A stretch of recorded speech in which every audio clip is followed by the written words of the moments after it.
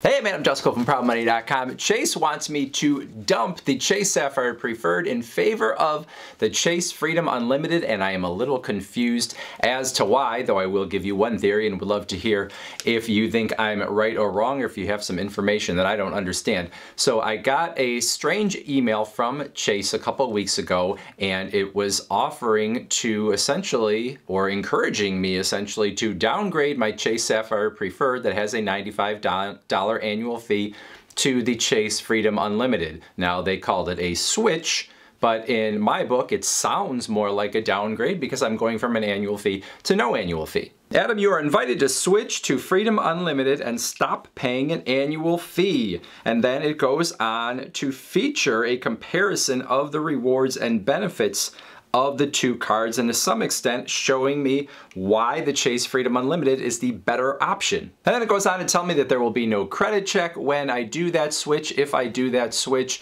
and that I will keep the same account number. So if I'm worried about any of that stuff, everything is going to be fine there, and they will refund the annual fee or a prorated amount of the annual fee that I recently paid if I make that switch. And so I'm struggling to figure out why, because if you look at the Chase Sapphire Preferred with a $95 annual fee, Chase knows they're going to make $95 off of me if I switch to the Chase Freedom Unlimited with no annual fee. That assumes then that they are somehow going to make more than $95 from me, and because I pay all my bills on time, which they can look at in the past, and I always pay them in full, they're not going to make any interest income off of me. They're only going to make money from the interchange fees on the actual transactions. So if we just ballpark it and say that Chase probably takes in profit 1% of each one of those transactions, I would still have to spend at least $9,500 on the Chase Freedom Unlimited to give them $95 in profit on that card,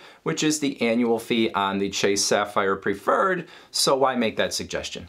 So the only explanation I can come up with is this. I have not been using the Chase Sapphire Preferred very often at all, although I did recently travel outside of the US and put about $500 of restaurant charges onto it. So my guess is that Chase looks at their internal data and knows that when the annual fee comes up for renewal, which mine just did, if the person has not been using their card very often, there's probably a good chance that once they notice the annual fee is kicked in again, they're going to be hopping on the phone or online and asking to close the card out and get that annual fee back. So I assume this is a proactive way to keep me as a customer by actually offering me the card in advance and offering to give me that annual fee back, and hopefully getting me to at least use that other card instead of just losing me altogether as a customer. Now I'm actually going to keep the Chase Sapphire Preferred going, not going to take advantage of this offer, though I have to say, if I didn't have this YouTube channel, I might take them up on this because I don't use the card a whole lot and I kind of keep on top of it, keep the card so that I know what the rewards and benefits are, kind of keep on top of it because it's a popular card,